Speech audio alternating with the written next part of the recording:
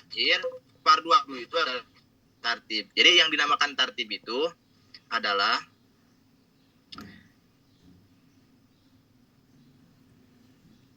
tartib itu ala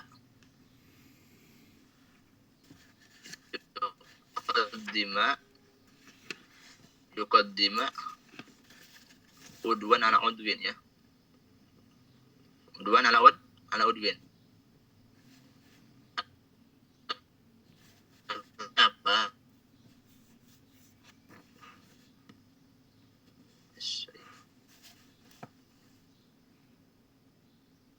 Yang seharusnya didahulu, yang diakhirkan, dan dia tidak mengakhirkan anggota yang seharusnya didahulukan. Jadi sebaiknya dia tidak mendahulukan anggota yang seharusnya diakhirkan, dan dia tidak mengakhirkan sesuatu anggota yang harus didahulukan. Itu yang dinamakan tartib. Artinya gini, yang dinamakan tartib itu wajah dulu, kemudian kedua tangan, mas'ul syai'in min ra'si, yakni mengusap sesuatu dari kepala, kemudian membasuh kedua kaki. Itu yang dimakan tartib. Kalau gak tartib, lihat, yang seharusnya didahulukan apa? Wajah. Malah kedua tangan. Kedua tangan dulu, contoh, langsung kedua kaki. Yang seharusnya adalah masuk syai' minar ra'si. Itulah yang dinamakan tidak tartib. Nah, fardu wudu itu ada 6. Kita harus wajib hafal, Ustaz Adit. Wajib hafal, wajib tahu. Oke, kemudian selanjutnya, pasal selanjutnya, faslun fin niyat wa tartibi. Sekarang membahas tentang niat. Berhubung apa, Ustaz Adit? Berhubung yang pertama, fardu itu adalah niat, maka yang akan dibahas yaitu tentang niat. Apa itu niat? Tempat niat tempat niat itu di mana? Dan hukum membaca niat itu apa? Nah, sekarang akan dibahas. Faslun fi niyat. Niat menurut syara itu maknanya qasdu syai'in muqtaronan bi fi'li, yakni seseorang bermaksud terhadap sesuatu sambil dibarengi dengan perbuatannya. Itu dinamakan niat. Niat itu apa? Qasdu syai' muqtarinan bi fi'lihi, yakni bermaksud melakukan sesuatu diiringi dengan melakukan. Itu nih niat. Dan apa namanya? Tempat niat itu di mana? Gitu kan? Nah, tempat niat itu wa mahaluha al-qalbu. Tempatnya niat itu, Ustaz Radit, di dalam hati. Makanya dulu kalau di Sunda ini, Ustaz Radit, mungkin Teh Sipap dulu pernah mengalami, kalau mau puasa di bulan Ramadan itu ibu-ibu sering mengajarkan terhadap anak-anaknya. Coba niat puasa. Niat dulu, nawaitu shauma ghadin an adai farsyahru ramadhanah. Coba di dalam hati. Nah gitu. Itu ajaran-ajaran yang luar biasa sih menurut saya. Karena ibu-ibu untuk zaman sekarang mana gak ada. Bukan gak ada ya. Ya karena udah gini lah dunianya. Kalau dulu anak itu dari kecil gitu saya dari sama ibu saya. Niat, nawaitu shauma ghadin. Sekarang dari hatinya. Milahnya gitu. Luar biasa. Dampaknya luar biasa. Makanya banat atau siapapun atau antum Ustaz Radit sekalipun antum, ketika antum sudah menikah kemudian memiliki anak, maka yang harus antum tekankan, jangan sampai anak itu melihat atas keburukan kita sebagai ayah, contoh sebagai ibu. Gak boleh. Karena itu merupakan cerminan. Karena anak itu tanpa diajarkan pun, tetapi dia melihat sikap buruk ibunya atau ayahnya, itu pun hakikatnya sedang mengajarkan. Itu anak. Makanya hati-hati. Kemudian watalafudu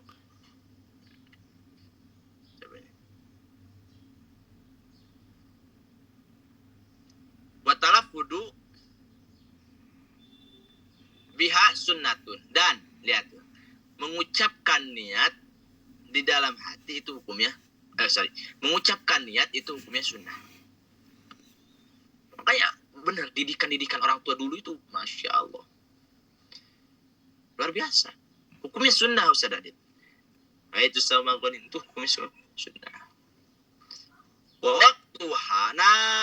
Waktunya terjadi niat itu ingda ghusli awali juz'in minal wajhi, yaitu saat ketika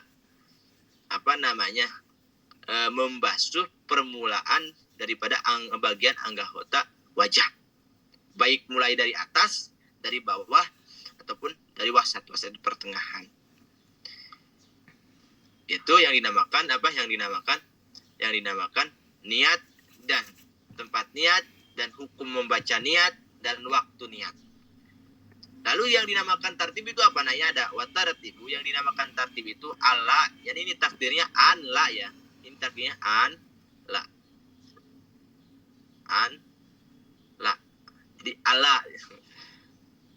Ala yuqaddima, yani yuqaddama udwun ala udwin. Yani udwan ala udwin. Yakni seseorang tidak boleh mendahulukan anggota yang harus didahulukan malah diakhirkan, dan anggota yang diakhirkan malah didahulukan, itu gak boleh. Dan itu yang dinamakan tartib. Yang dinamakan tartib itu adalah mendahulukan anggota yang harus didahulukan, mengakhirkan anggota yang harus diakhirkan. Itu yang dinamakan tartib. Ada pertanyaan sebelum lanjut?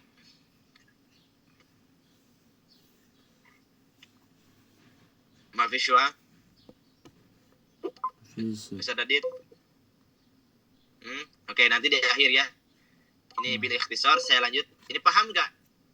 Dari pembahasan dari atas, fardu sampai niat, paham nggak? Oke, simpan dulu ya pertanyaannya.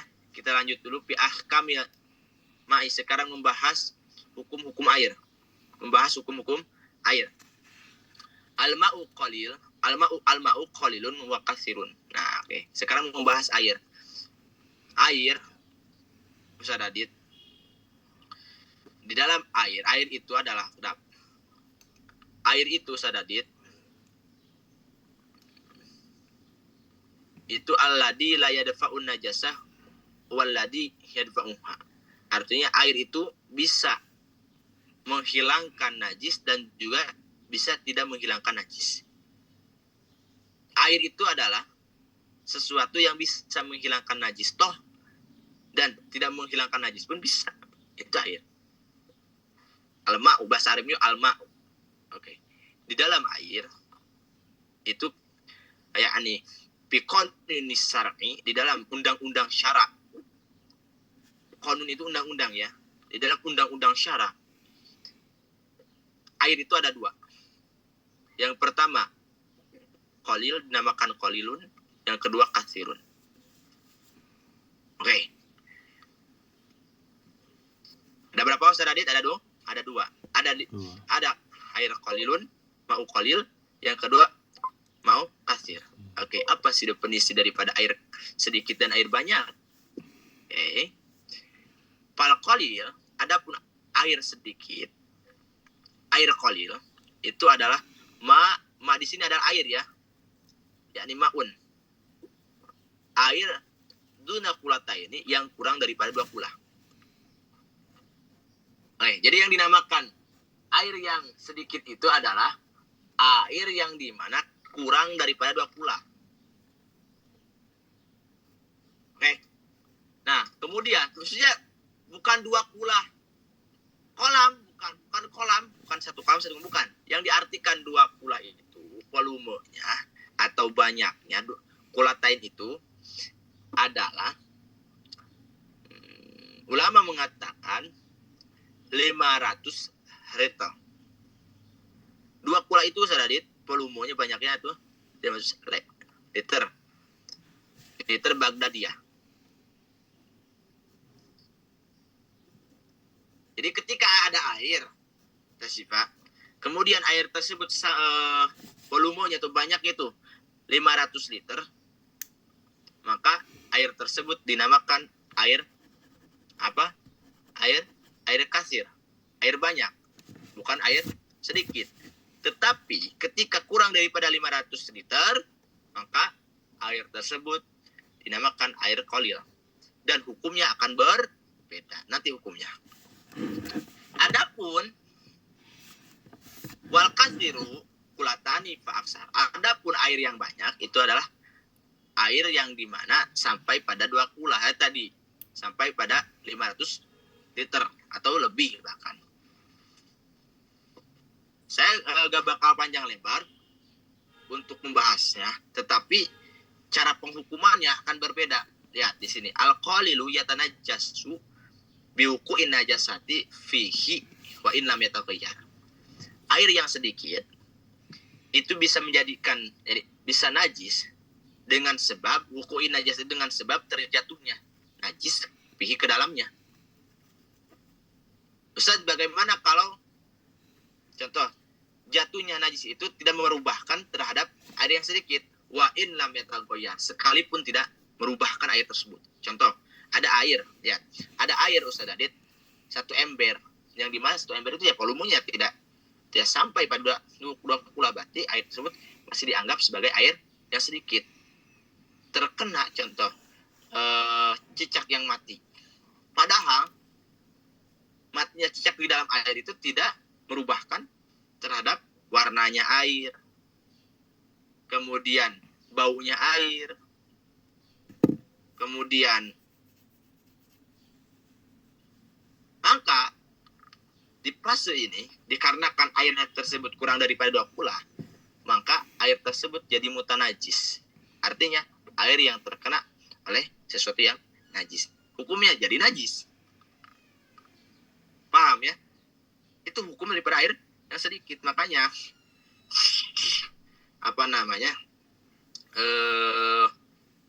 seperti punya rumah-rumah itu kan mesti ada ini kan, ada kamar mandi ya kan. Kalau bisa ya pakai bak atau pakai ember yang dimana bak atau embernya itu volumenya itu lebih daripada 500 meter. 500 meter, 500 liter. Karena apa? Karena ya takutnya ada terkena najis yang dimana terkadang kita tidak tahu. Lanjut. Itu hukum daripada air yang sedikit. Wal ma'ul katsiru la yatanajjasu illa idza taghayyara ta'muhu aw launuhu aw rihuhu. Adapun air yang banyak berarti apa? Volumenya minimal 500 liter.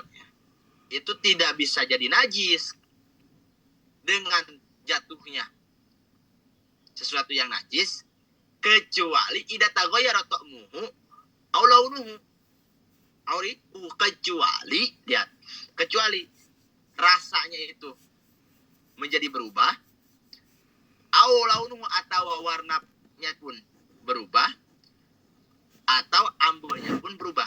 Lihat, perubahan ini tidak mesti harus 3. Paham?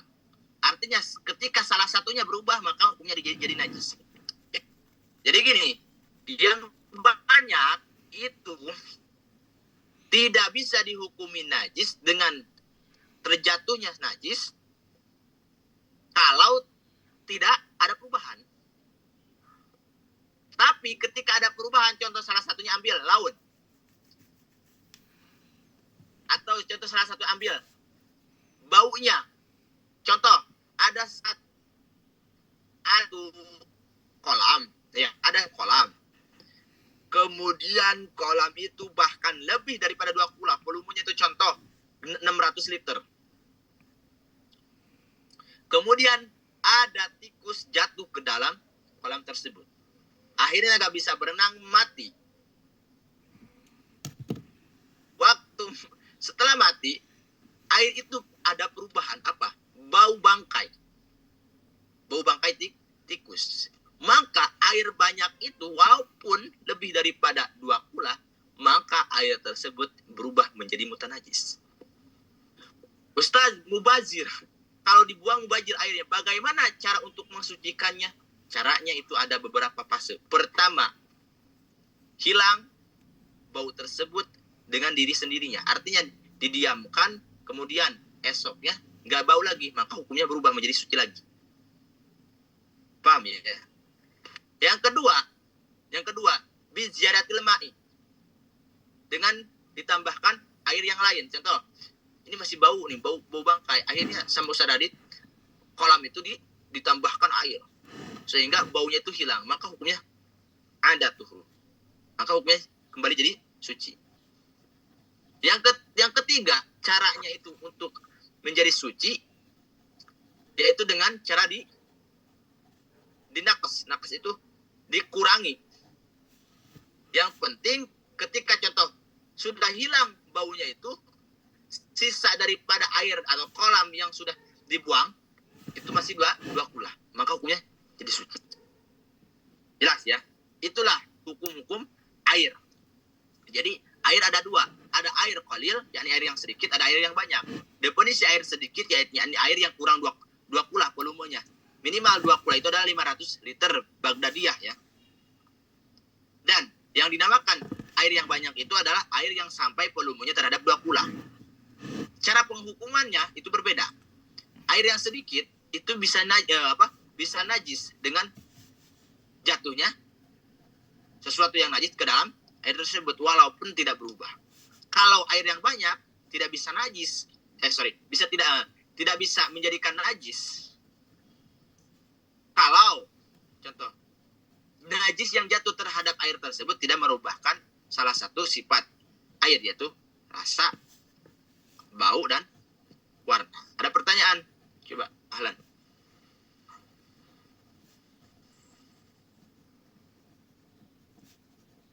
Ada pertanyaan nggak usah, Dadit? Oh, nah, Zat. Gimana Zat kalau air di sungai misalkan Zat, ada bangkai tikus yang banyak gitu Zat, dan airnya bau Zat, sedangkan kita mau mandi. Oh, di sungai. Nah, Zat, di sungai. Kalau di sini dicetarik lah. Maka itu ada beberapa perspektif ulama. Nah, contoh kan menggelombang ya Ustaz Adit ya. Antum ambil air yang di mana setelah daripada gelombangan najis. Jadi setelah si perkara atau tikus itu melewati, paham nggak? Kan gini kan, air itu kan gelombangannya gini kan.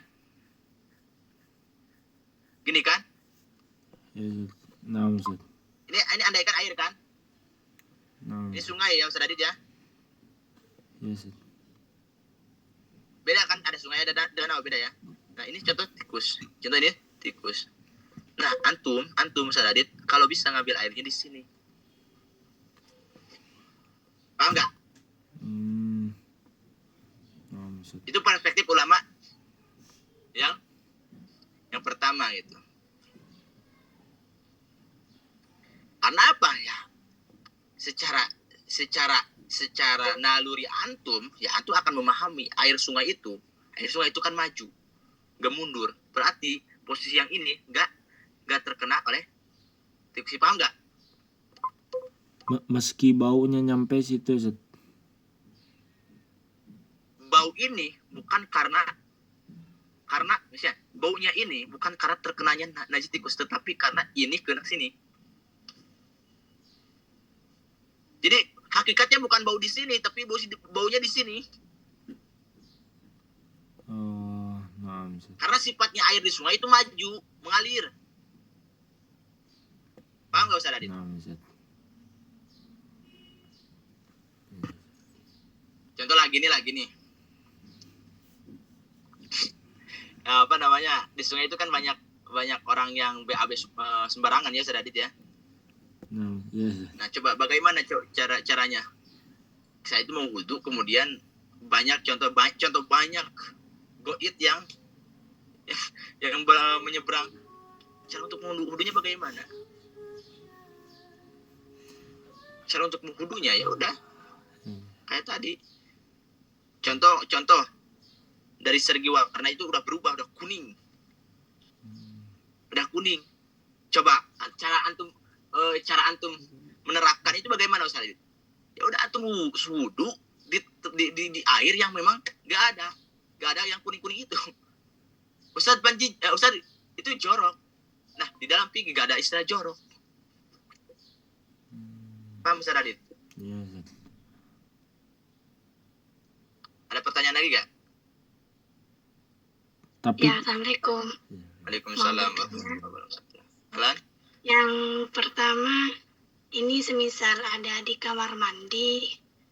Biasanya kan kalau sepertinya di Surabaya, banyak tuh orang-orang punya bak mandi yang mini, yang kecil. Iya, tahu ya. Iya, terus airnya itu setengah, nggak sampai full. Terus di dalamnya banyak ulat air itu. Nah, kalau semisal ulat airnya itu ada ulat airnya. Oh. Nah, terus semisal ambil wudhu, terus airnya kan bak mandinya kecil mini, terus setengah. Gimana? Apakah masih besar? Apa Yang di pertanyaannya, ulat itu mati nggak di dalamnya? masih hidup? Nah, kalau masih hidup nggak apa-apa. Kalau masih hidup nggak apa-apa. Meskipun airnya itu setengah, nggak sampai full. Tapi contoh kalau mati, kemudian jangankan berubah ya dari segi 3 sifatnya. Tidak berubahnya pun itu hukumnya jadi mutanajis.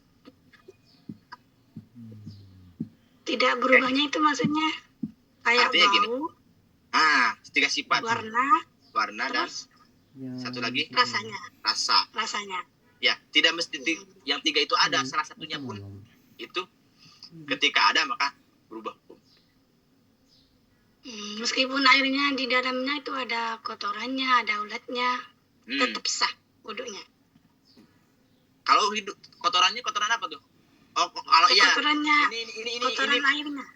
ini kalau konteks air 2 kula. Kalau air 2 kula selama tidak berubah salah satu sifat yang 3 ini, maka sah-sah aja. Paham nggak? Ada bangkai tikus. Jatuh ke air yang 2 kula. Kemudian bangkai itu tidak merubahkan salah satu 3 sifat, ya ini rasa, warna dan bau. Artinya ya halayaknya seperti sebelum terjatuh bangkai tersebut, wudhu ya boleh aja. Ustaz, jijik ya soal ini itu. Jangan dipertanyakan dalam soal fikih. Nggak bisa. Oke, paham ya? Tapi itu Ustaz, apa tuh namanya? Airnya itu kan kalau semisal saya ambil wudhu, tapi kan nggak tahu berapa banyak ulahnya itu. Itu kan setengah, terus baknya kecil. Tetap salah. Iya, kan tadi kan kata mbaknya ulatnya pun masih hidup. Iya, terus ada kotoran airnya juga, tetap sah juga meskipun Kotoran air ya, kotoran air ya. Kalau kotoran air nggak apa-apa. Kalau ada kotoran air nggak apa-apa. Seperti ada lukut, itu nggak apa-apa. Karena apa? Karena masyakoh, sulit untuk dihilangkan. Gitu. Ya, jelas terus ya? yang kedua Ustaz. Alan, boleh? Yang kedua, misal kayak musim kemarau, terus mandinya kan orang-orang banyak ke Sungai. Sungai kecil itu, terus kan itu kan kering, terus nggak jalan kan airnya, cuma dibatasin batu aja, selekup aja, bulat aja. Terus banyak orang yang mandi tapi airnya kan kadang ada yang hijau, itu tetap sah. Mandi sama wudhu di sana tetap sah. Tetap sah meskipun kalau posisinya kalau posisinya contoh air tersebut tuh memang contoh dibatasinya tuh ketika contoh dikumpulkan itu lebih daripada 2 bulan. Maksudnya itu berubahnya itu bukan airnya nggak ngalir kan? Meskipun airnya nggak ngalir. Tapi yang jadi pertanyaan berubahnya itu dengan apa? Kan ada airnya itu kadang ada yang kayak lumut, ada kuning gitu. Kalau lumut, kalau seperti ada, ya kan hijau itu kan lumut ya, itu nggak apa-apa, itu nggak apa-apa, nggak apa-apa. Walaupun ada lah ulama yang mengatakan itu hukumnya makruh. Tapi kan termasuk warna juga itu Ustaz. Kan termasuk warna juga air yang warna Iya, juga itu. tapi kan itu tadi masyakoh sulit karena lumut itu memang sejatinya adanya saat ketika ada air gitu. Hmm, hmm. Seperti ini, tahu gak? Endut. Tin, ini apa? Letak apa sih bahasanya? Kalau bahasa Jawanya letak itu apa ya? Tanah lumpur. Lumpur yang dimana air itu berubah warna karena banyaknya lumpur. Itu pun sama. Jadi ketika sesuatu itu masyakoh untuk dihilangkan, maka ya nggak apa-apa. Tapi soal ada lagi pertanyaan? Ustaz Adit? Oke ya, kalau nggak ada ya, Anda tutup dulu. Makasih semuanya atas waktunya. Saya tutup dulu. Semoga bermanfaat bagi diri antum, umumnya bagi teman-teman antum atau orang-orang terdekat dari kami. Wabillahi taufiq wal hidayah. Wassalamualaikum warahmatullahi taala wabarakatuh. Waalaikumsalam warahmatullahi wabarakatuh.